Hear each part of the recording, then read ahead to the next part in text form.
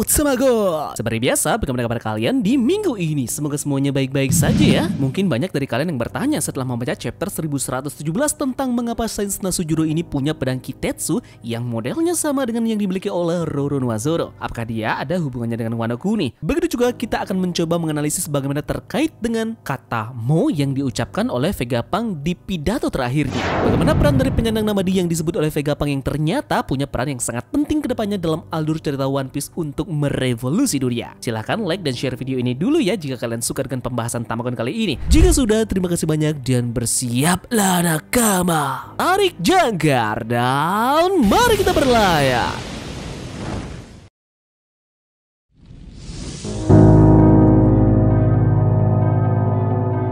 One Piece chapter 1117 kali ini mendapatkan judul Mo. Sangat menarik untuk bisa menjabarkan artian dari judul ini sebenarnya. Ini adalah kata sederhana yang dapat menunjukkan awal sebuah nama dalam bahasa Jepang. Banyak spekulasi yang beredar kata ini merujuk kepada monkey. Nah, disinilah Vegapunk berbicara langsung kepada seluruh dunia dan penyandang nama Di yang dikatakan oleh Vegapunk adalah di antara kalian juga ada atau di antara kalian ada Mo. Nah, bagaimana jika salah satu hubungan terpenting dengan simbol Mo adalah simbol dan kata tersebut ada hubungannya dengan kata ganda, yakni Momo. Momo dalam bahasa Jepang artinya buah persik. Buah ini memiliki warna seperti api dan juga pohon persik. Dalam mitos Tiongkok, persik melambangkan keabadian. Perjalanan matahari barat Wukong memakan buah persik dari taman yang disebut Taman Shiwangmu. Nah, menariknya adalah buah persik ini dikatakan memberikan keabadian. Jadi, Oda benar-benar sepertinya menghubungkan semuanya dalam cerita dan mungkin saja Mo yang dimaksud oleh Vegapunk di sini merujuk kepada penyandang nama Di yang bermarga monkey.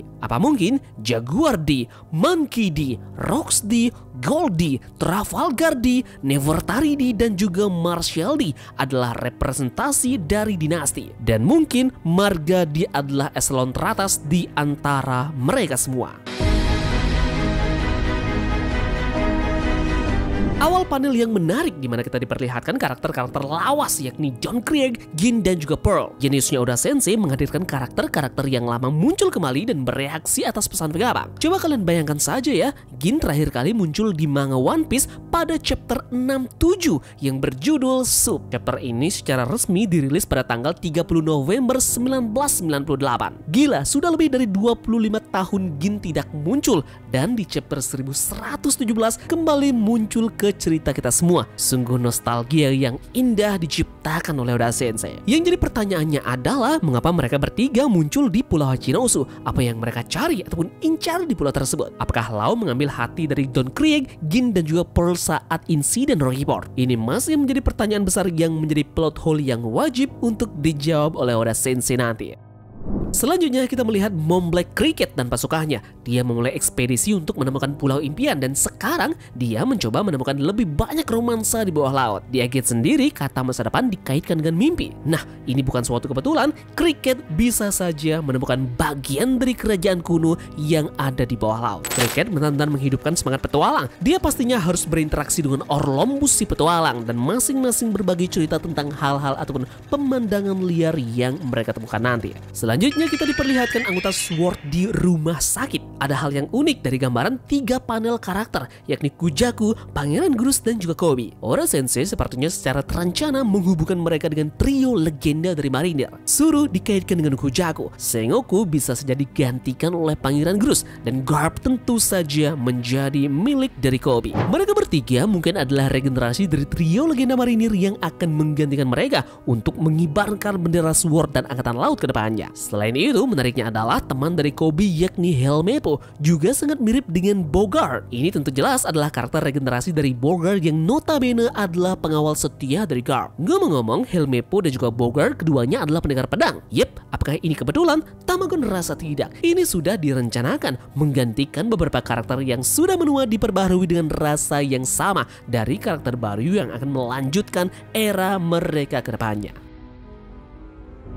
Kita lanjut dan Salfok melihat motor dari Smoker. Apakah kalian tahu ada hal yang unik dari nama motor Smoker? Ini langsung dijelaskan oleh Oda Sensei 21 tahun yang lalu pada SBS di chapter 212. Ada seorang pembaca 21 tahun yang lalu bertanya kepada Oda Sensei, "Aku punya pertanyaan untuk Oda Sensei. Di chapter 212, apakah benda kecil itu melekat pada sepeda blower milik Smoker? Apa benda ini berarti bisa bekerja di atas air? Sepeda jenis apa itu?" Yep, Oda Sensei menjawabnya, sebenarnya ini bisa digunakan di daratan ataupun lautan. Kata blower berasal dari gelombang besar dan itulah alasannya. Untuk yang bertanya mengapa bannya sangat besar, saya akan menggunakannya secara nyata di suatu hari nanti. Nah, mungkinkah di sini juga ada petunjuk bagaimana regenerasi di tubuh angkatan laut kembali terlihat dengan bagaimana Smoker yang terlihat mengendarai kendaraannya di atas laut dengan bantuan menggunakan kemampuan dari buah iblisnya. Ini sangat amat persis dengan apa yang dilakukan oleh mantan Laksamana terdahulu yakni Aokiji. Manusia es ini juga menggunakan kendaraannya yakni sepeda dan mengendarainya di tengah lautan yang memanfaatkan kekuatan dari buah iblisnya. Jadi ini bisa saja menjadi foreshadow bagaimana Smoker kedepannya akan berperan sebagai Laksamana yang menggantikan Aokiji dalam tugas mariner nanti.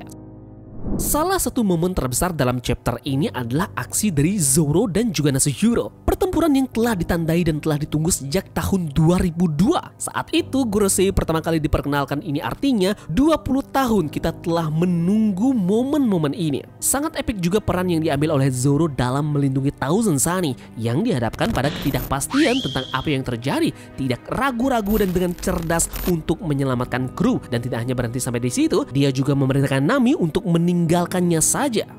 Dalam chapter ini pun Zoro akhirnya menggunakan Rashomonnya lagi. Kita melihat serangan ini hampir 15 tahun yang lalu. Jurus yang digunakan oleh Jinbe untuk melempar Zoro sebenarnya merupakan jurus bela diri. Ini disebut Tewaza Kataguruma. Yang menciptakan teknik ini bernama Kano Jigaru asli Jepang. Jadi Oda benar-benar luar biasa ya dengan koneksi dan juga ilmu pengetahuannya. Melihat secara jelas sepenuhnya bentuk dari Venus, mungkinkah Oda Sensei terinspirasi dengan melihat Nucleave? Cerita rakyat atau iblis Nucleave dikatakan berasal dari kepulauan Orkney yang berada di Skotlandia Utara. Iblis ini dikatakan sebagai iblis yang paling menjijikan di Skotlandia Utara. Dikatakan menyebabkan kekeringan, penyakit ternak, dan epidemi di darat meskipun ia adalah penghuni laut. Sementara itu terakhir di chapter ini kita juga melihat para raksasa yang bersiap untuk berlayar. Di panel inilah kekuatan dan superioritas mereka atas angkatan laut ditampilkan. Sketsa ini tentu luar biasa, apalagi Gorosei yang melihat robot kuno benar-benar sangat sangar. Yup, sekian saja pembahasan teman kali ini ya terkait dengan analisa dari One Piece chapter 1117. Mungkin dari kalian punya pendapat lain seputar hal ini, silahkan tulis di kolom komentar dan terima kasih sudah berlayar bersama-sama Tamagon kali ini. Sampai jumpa di video berikutnya. Sekian dari Tamagon dan turunkan jangkar. Mari kita berlabuh.